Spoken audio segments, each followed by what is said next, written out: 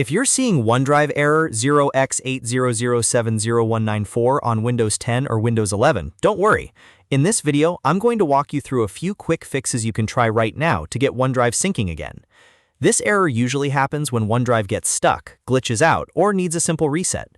The good news is that most of the time you can fix it without losing your files. And before we get into it, if this tutorial helps you out, please hit the like button and subscribe for more Windows fixes and easy step-by-step tech help. Alright, let's get started.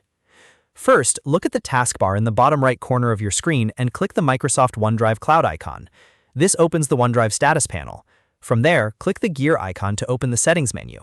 Now choose Pause Syncing, and when the options appear, select 2 hours. This gives OneDrive a short break and can clear up temporary syncing problems. After that, wait about 5 minutes. Don't skip the wait, because sometimes OneDrive needs a little time to fully reset its background activity. Once the waiting period is over, click the OneDrive Cloud icon again. Then select Resume Syncing. At this point, OneDrive should reconnect and start syncing normally again.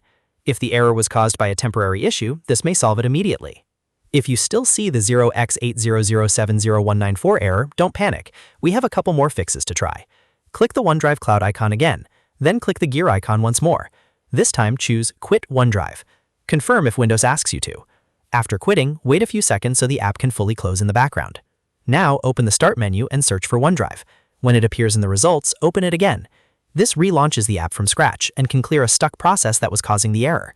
In many cases, simply restarting OneDrive like this is enough to get things working again.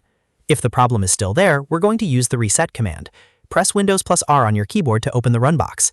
In the field, paste this command exactly as shown. C:/programfiles/Microsoft OneDrive/OneDrive.exe/reset. Then press Enter.